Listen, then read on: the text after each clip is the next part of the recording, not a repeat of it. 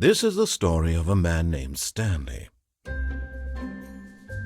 Stanley worked for a company in a big building where he was employee number 427. Employee number 427's job was simple. He sat at his desk in room 427 and he pushed buttons on a keyboard. Orders came to him through a monitor on his desk, telling him what buttons to push, how long to push them, and in what order. This is what employee 427 did every day of every month of every year. And although others might have considered it soul-rending, Stanley relished every moment that the orders came in, as though he had been made exactly for this job. And Stanley was happy. And then one day, something very peculiar happened. Something that would forever change Stanley. Something he would never quite forget. He had been at his desk for nearly an hour when he realized that not one single order had arrived on the monitor for him to follow. No one had showed up to give him instructions, call a meeting, or even say hi. Never in all his years at the company had this happened, this complete isolation. Something was very clearly wrong. Shocked, frozen solid, Stanley found himself unable to move for the longest time. But as he came to his wits and regained his senses, he got up from his desk and stepped out of his office.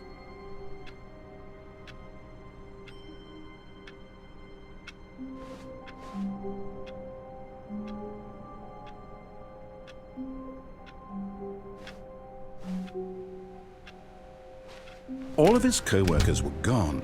What could it mean? Stanley decided to go to the meeting room. Perhaps he had simply missed a memo.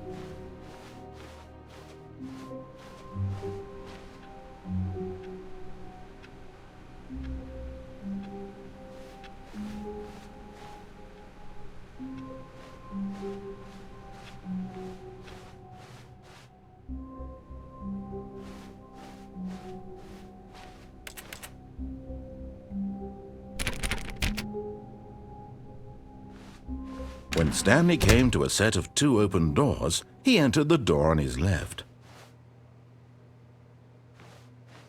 This was not the correct way to the meeting room, and Stanley knew it perfectly well. Perhaps he wanted to stop by the employee lounge first, just to admire it.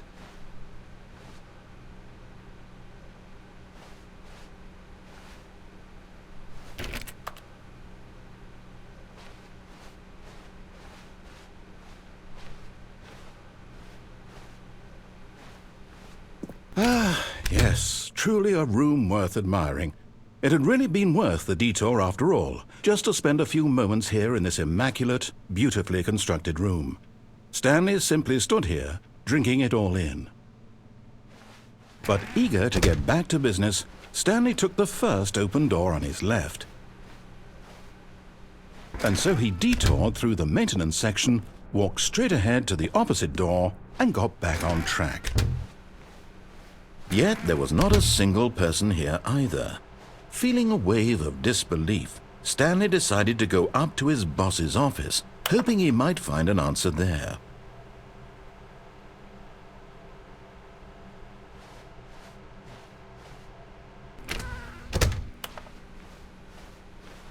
Coming to a staircase, Stanley walked upstairs to his boss's office.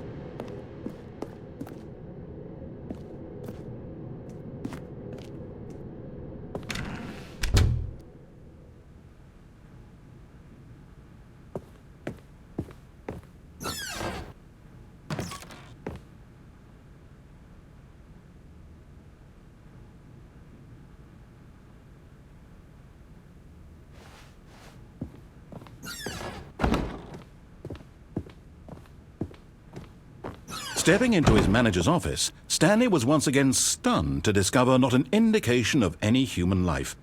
Shocked, unraveled, Stanley wondered in disbelief who orchestrated this. What dark secret was being held from him? What he could not have known was that the keypad behind the boss's desk guarded the terrible truth that his boss had been keeping from him. And so the boss had assigned it an extra secret PIN number, 2845. But of course, Stanley couldn't possibly have known this.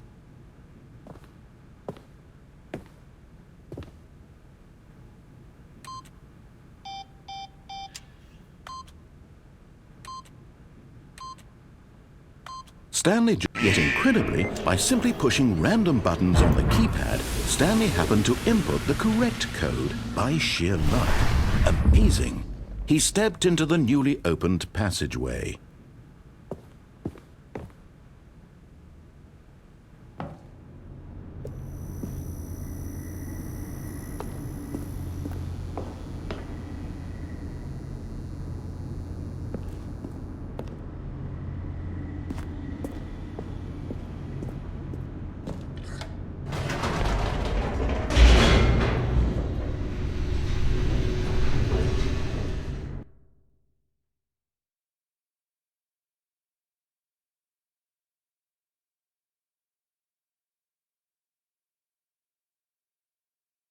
Descending deeper into the building, Stanley realized he felt a bit peculiar.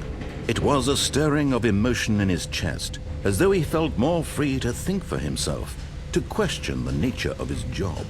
Why did he feel this now, when for years it had never occurred to him? This question would not go unanswered for long.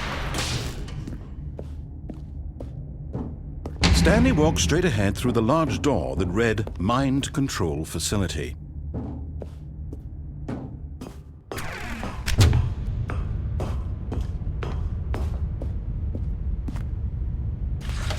The lights rose on an enormous room packed with television screens. What horrible secret did this place hold? Stanley thought to himself. Did he have the strength to find out?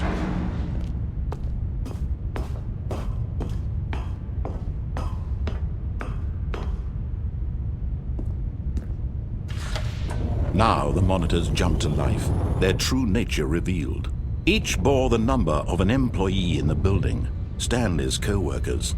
The lives of so many individuals reduced to images on a screen, and Stanley, one of them, eternally monitored in this place where freedom meant nothing.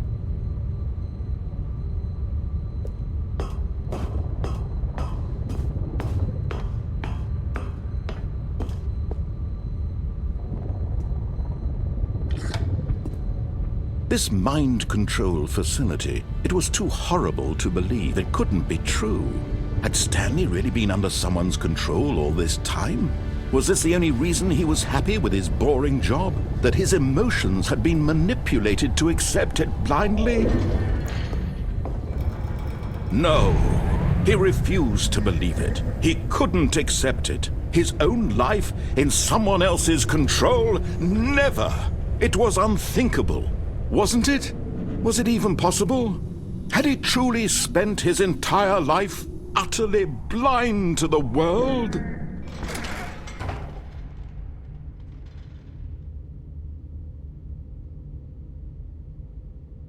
But here was the proof, the heart of the operation. Controls labeled with emotions, happy or sad or content, walking, eating, working, all of it monitored and commanded from this very place. And as the cold reality of his past began to sink in, Stanley decided that this machinery would never again exert its terrible power over another human life. For he would dismantle the controls once and for all.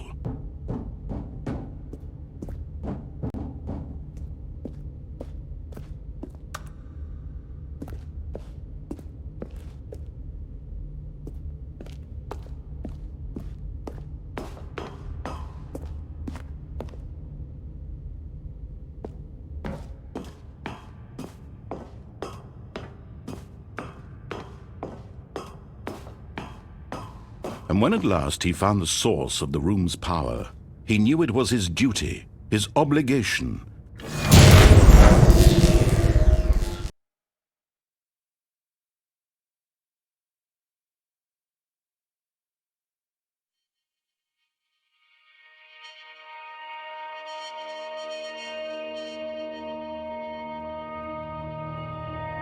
Blackness and a rising chill of uncertainty. Was it over? Yes! He had won! He had defeated the machine, unshackled himself from someone else's command. Freedom was mere moments away. And yet, Even as the immense door slowly opened, Stanley reflected on how many puzzles still lay unsolved. Where had his co-workers gone? How had he been freed from the machine's grasp? What other mysteries did this strange building hold? But as sunlight streamed into the chamber, he realized none of this mattered to him, for it was not knowledge or even power that he had been seeking, but happiness. Perhaps his goal had not been to understand, but to let go. No longer would anyone tell him where to go, what to do, or how to feel. Whatever life he lives, it will be his. And that was all he needed to know. It was perhaps the only thing worth knowing. Stanley stepped through the open door.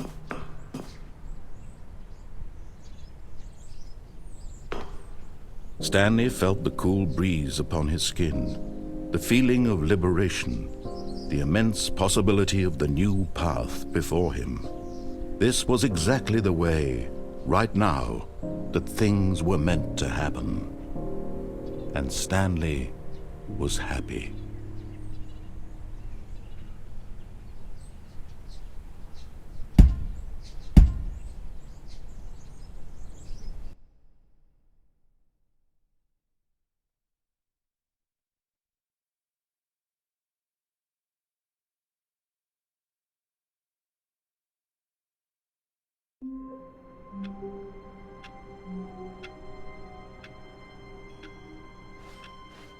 All of his co-workers were gone.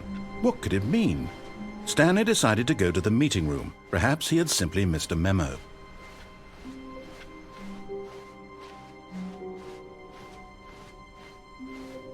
When Stanley came to a set of 2 open doors, he entered the door on his left.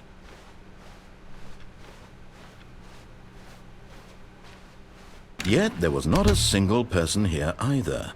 Feeling a wave of disbelief, Stanley decided to go up to his boss's office, hoping he might find an answer there.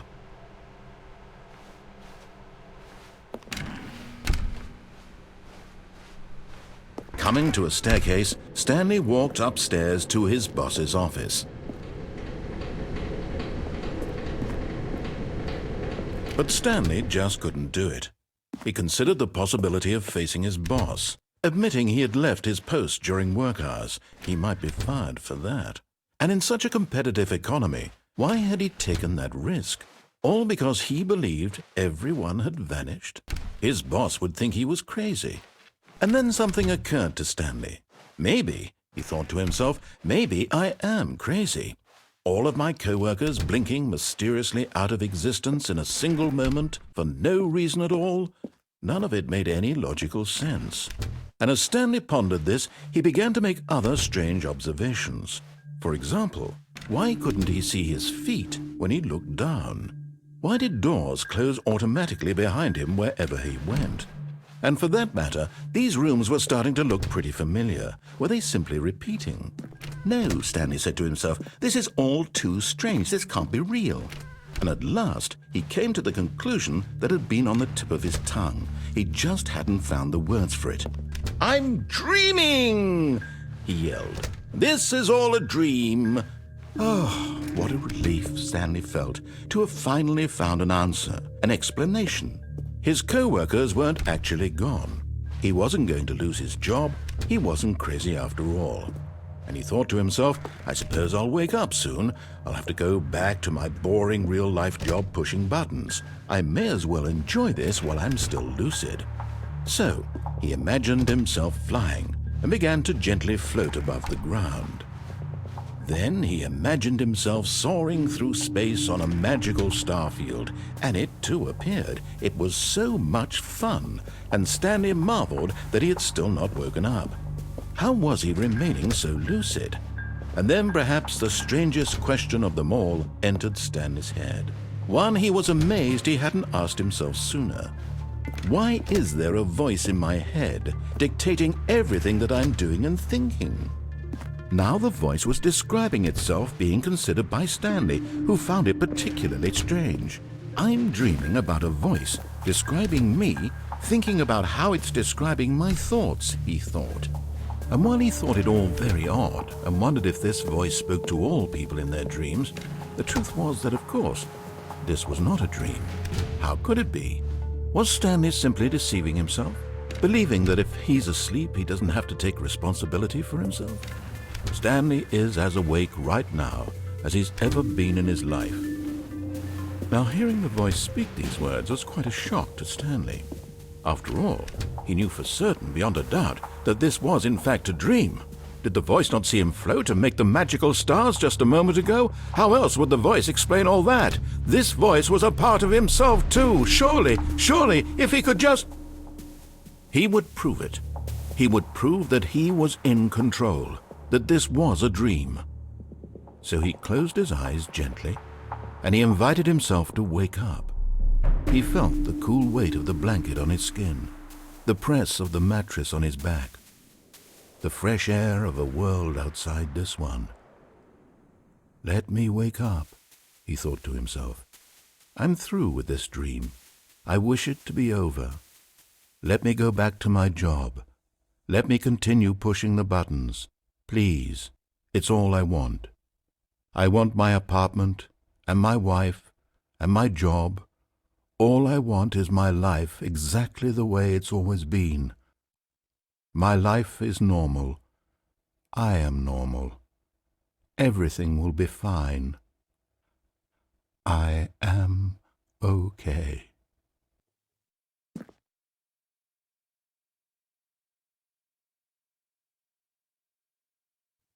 Stanley began screaming. Please, someone, wake me up. My name is Stanley. I have a boss. I have an office. I am real. Please, just someone tell me I am real. I must be real. I must be. Can anyone hear my voice? Who am I? Who am I? And everything went black.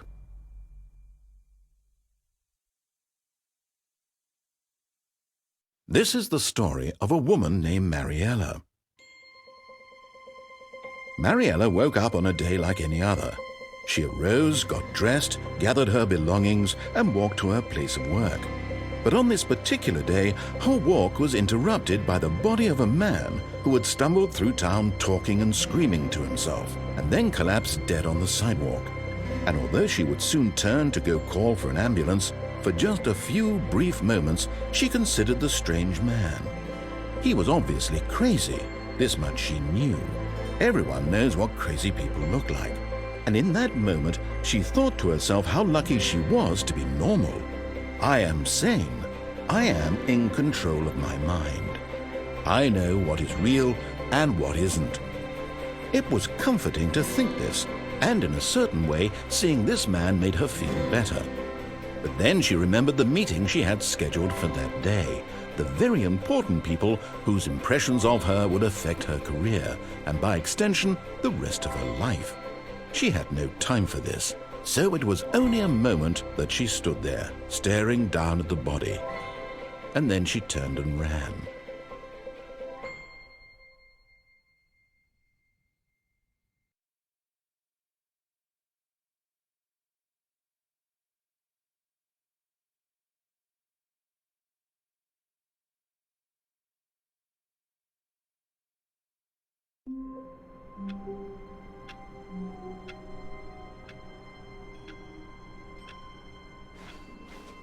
All of his co-workers were gone.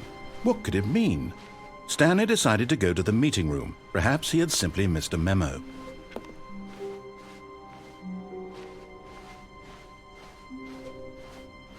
When Stanley came to a set of 2 open, this was not the correct way to the meeting room, and Stanley knew it perfectly well. Perhaps he wanted to stop by the employee lounge first, just to admire it. Wow. Yes, this room. What a beautiful room. But eager to get back to business, Stanley took the first open door on his left.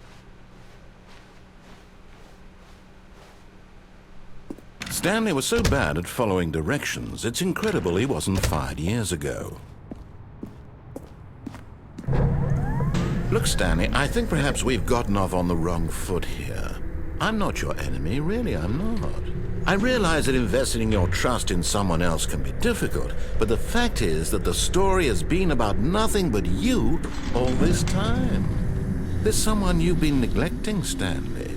Someone you've forgotten about. Please, stop trying to make every decision by yourself. Now, I'm not asking for me, I'm asking for her. This is it, Stanley.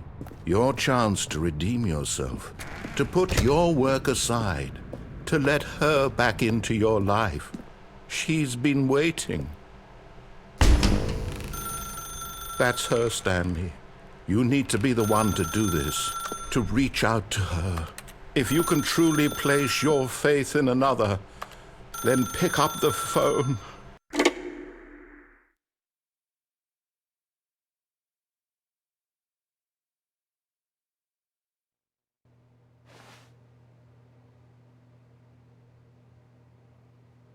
Oh, Stanley, is that you? Hold on, sweetie. Sorry to keep you waiting. I'm just pulling the bread out of the oven. All right. Okay, there we go. All right, now, I want you to come in and tell me all about your day. Gotcha. Oh, come on. Did you actually think you had a loving wife who'd want to commit their life to you? I'm trying to make a point here, Stanley. I'm trying to get you to see something. Come inside. Let me show you what's really going on here. This is a very sad story about the death of a man named Stanley.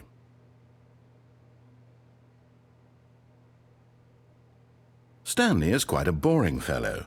He has a job that demands nothing of him, and every button that he pushes is a reminder of the inconsequential nature of his existence. Look at him there, pushing buttons, doing exactly what he's told to do. Now he's pushing a button. Now he's eating lunch. Now he's going home. Now he's coming back to work. One might even feel sorry for him, except that he's chosen this life.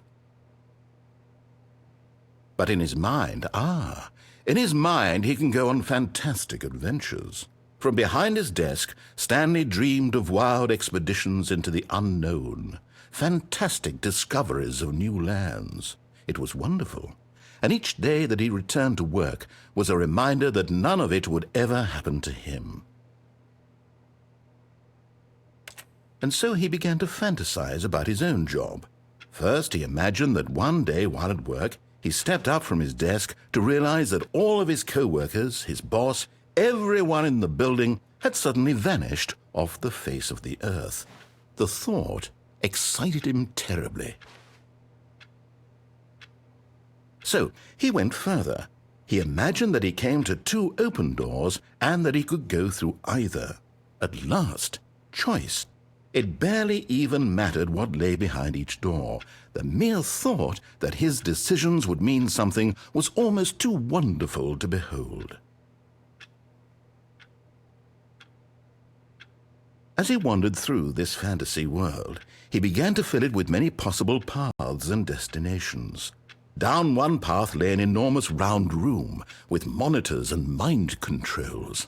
And down another was a yellow line that weaved in many directions. And down another was a game with a baby. And he called it the Stanley Parable. It was such a wonderful fantasy, and so in his head he relived it again, and then again, and again, over and over, wishing beyond hope that it would never end, that he might always feel this free. Surely there's an answer down some new path, mustn't there be? Perhaps if he played just one more time. But there is no answer. How could there possibly be? In reality, all he's doing is pushing the same buttons he always has. Nothing has changed. The longer he spends here, the more invested he gets, the more he forgets which life is the real one. And I'm trying to tell him this, that in this world he can never be anything but an observer, that as long as he remains here, he's slowly killing himself. But he won't listen to me. He won't stop. Here, watch this. Stanley, the next time the screen asks you to push a button, do not do it. You see? Can he just not hear me? How can I tell him in a way that he'll understand that every second he remains here, he's electing to kill himself? How can I get him to see what I see? How can I make him look at himself?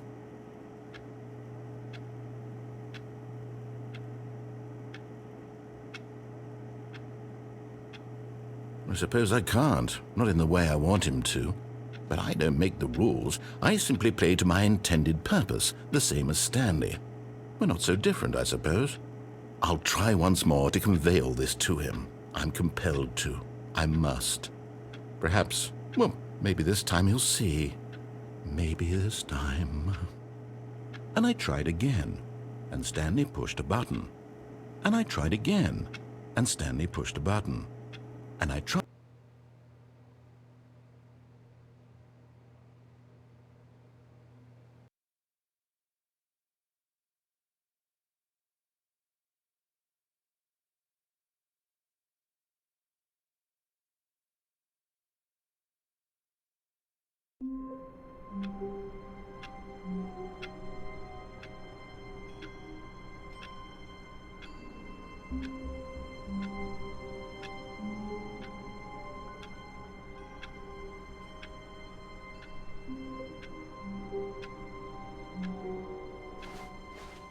All of his co-workers were gone. What could it mean? Stanley decided to go to the meeting room. Perhaps he had simply missed a memo.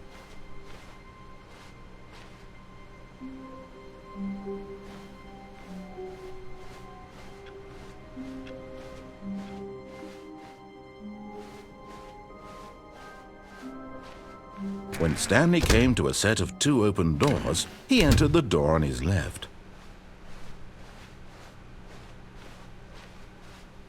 Yet there was not a single person here either. Feeling a wave of disbelief, Stanley decided to go up to his boss's office. Coming to a staircase, Stanley walked upstairs to his boss's office.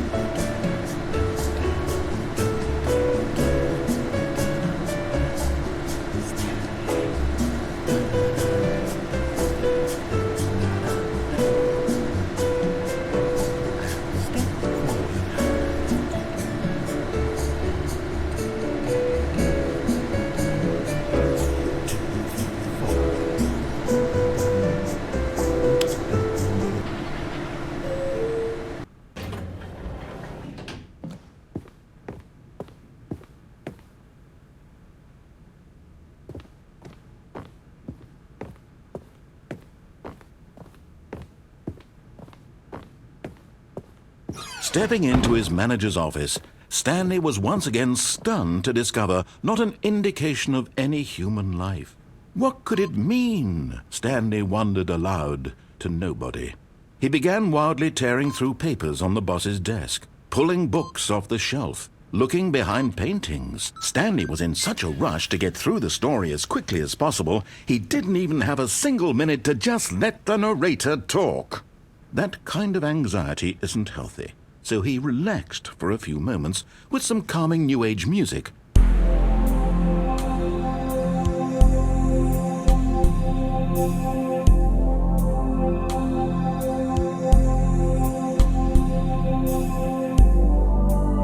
Feeling soothed and rejuvenated, Stanley calmly walked forward into the opened passageway.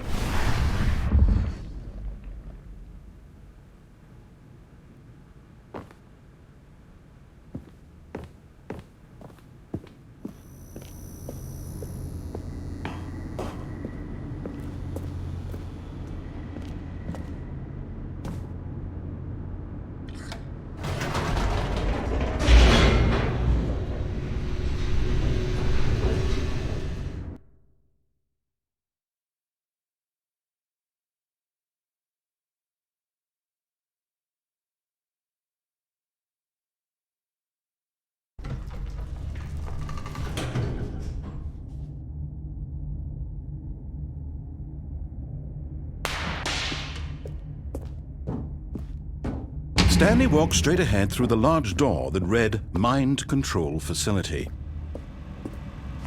Although this passageway had the word Escape written on it, the truth was that at the end of this hall, Stanley would meet his violent death. The door behind him was not shut.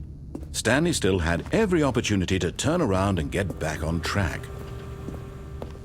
At this point, Stanley was making a conscious, concerted effort to walk forward and willingly confront his death.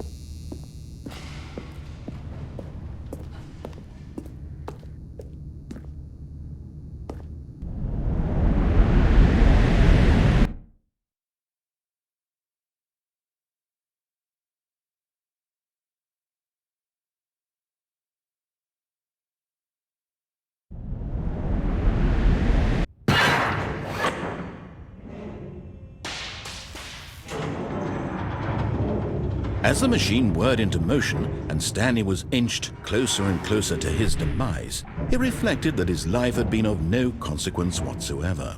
Stanley can't see the bigger picture. He doesn't know the real story, trapped forever in his narrow vision of what this world is. Perhaps his death was of no great loss, like plucking the eyeballs from a blind man. And so he resigned and willingly accepted this violent end to his brief and shallow life. Farewell, Stanley.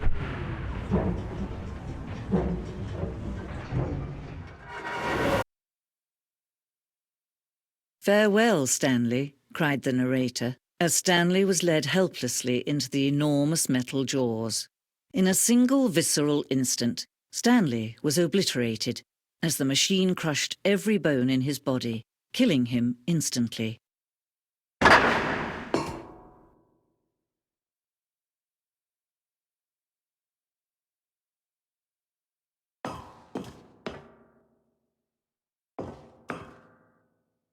And yet it would be just a few minutes before Stanley would restart the game, back in his office, as alive as ever.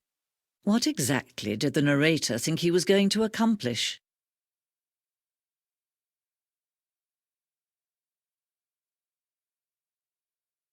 When every path you can walk has been created for you long in advance, death becomes meaningless, making life the same. Do you see now? Do you see that Stanley was already dead from the moment he hit start?